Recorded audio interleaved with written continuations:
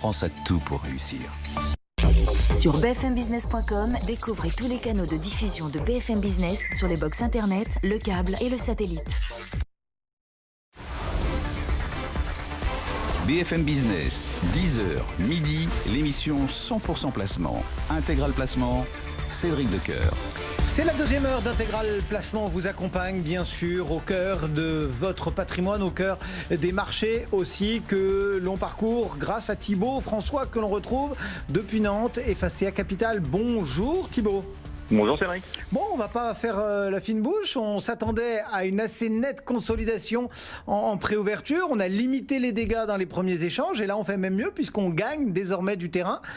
Plus 0,3%, 4 994 points. Les 5 000 nous tendent à nouveau les bras. Oui, les 5000 points sont effectivement, on est à quelques points des 5000 points. Il y a encore beaucoup de volatilité, on le voit sur les marchés. Effectivement, vous le disiez, moins 1,5 pratiquement à l'ouverture. On est déjà en hausse de 0,30. Pratiquement 100 points entre le plus bas et le plus haut, 700 millions d'euros d'échangés sur le CAC 40. Donc le marché continue à se chercher. C'est pas facile de trouver une vraie tendance du marché et je pense que ce sera compliqué jusqu'aux premières publications qui vont intervenir, on va dire à partir de la deuxième semaine de juillet. Difficile d'avoir. On a quelques données qui arrivent au compte-gouttes de la part des entreprises. On commence à voir quel impact va avoir le coronavirus et le confinement sur différentes sociétés, mais on n'a pas assez d'informations encore pour vraiment se projeter et avoir une vraie tendance forte sur les marchés financiers. Donc pour l'instant, le marché reste positif. Les flux sont plutôt intéressants. On continue à acheter et la Fed et la BCE sont bien sûr en soutien. Maintenant, il y a quand même des éléments contradictoires. On voit bien que l'or est recherché aussi. On est autour de $1 750. On est pratiquement sur les plus hauts depuis 2012, donc pratiquement depuis 8 ans sur l'or. Donc ça veut dire quand même qu'il y a un indicateur, qu'il y a des opérateurs qui sont plutôt nerveux et qui cherchent des choses plutôt prudentes. Le VIX aussi est bien remonté depuis une quinzaine de jours. Donc voilà, on se cherche, on essaie de trouver des éléments qui pourraient nous donner une vraie tendance de moyen terme sur les marchés financiers. Alors peut-être demain, on va peut-être demain avoir des éléments de réponse. On a les PMI qui sortent, que ce soit au Japon, en Europe, aux États-Unis. On s'attend à un rebond de l'activité des services et des manufacturiers sur le mois de juin. Est-ce qu'on passera l'équilibre des 50? Je ne pense pas, mais on s'en rapprochera.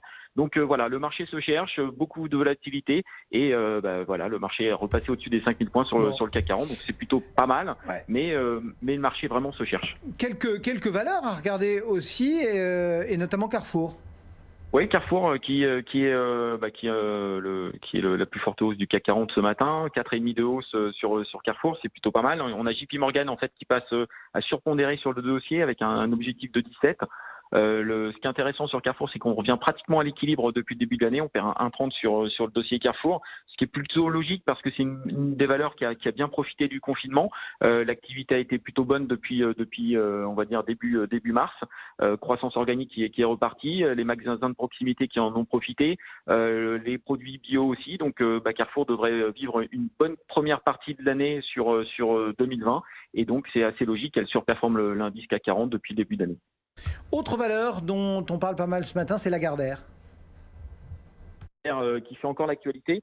Donc elle avait déjà fait l'actualité avec l'AG qui est intervenu il y a une quinzaine de jours. Là, c'est une vente d'actifs à Media One pour 100 millions d'euros. Donc c'est Lagardère Studio qui va être vendu à Media One. En plus, Media One qui fait aussi l'actualité, qui gagne 40% suite à l'OPA des fondateurs au prix de 12 euros, qu'ils font de façon concomitante avec l'achat des actifs de Lagardère. Donc OPA par les fondateurs de Media One. Donc beaucoup d'actualités autour des médias ce matin et Lagardère qui continue à vendre ses actifs un petit peu au compte-gouttes et on attend éventuellement d'autres sessions d'actifs dans les prochaines semaines.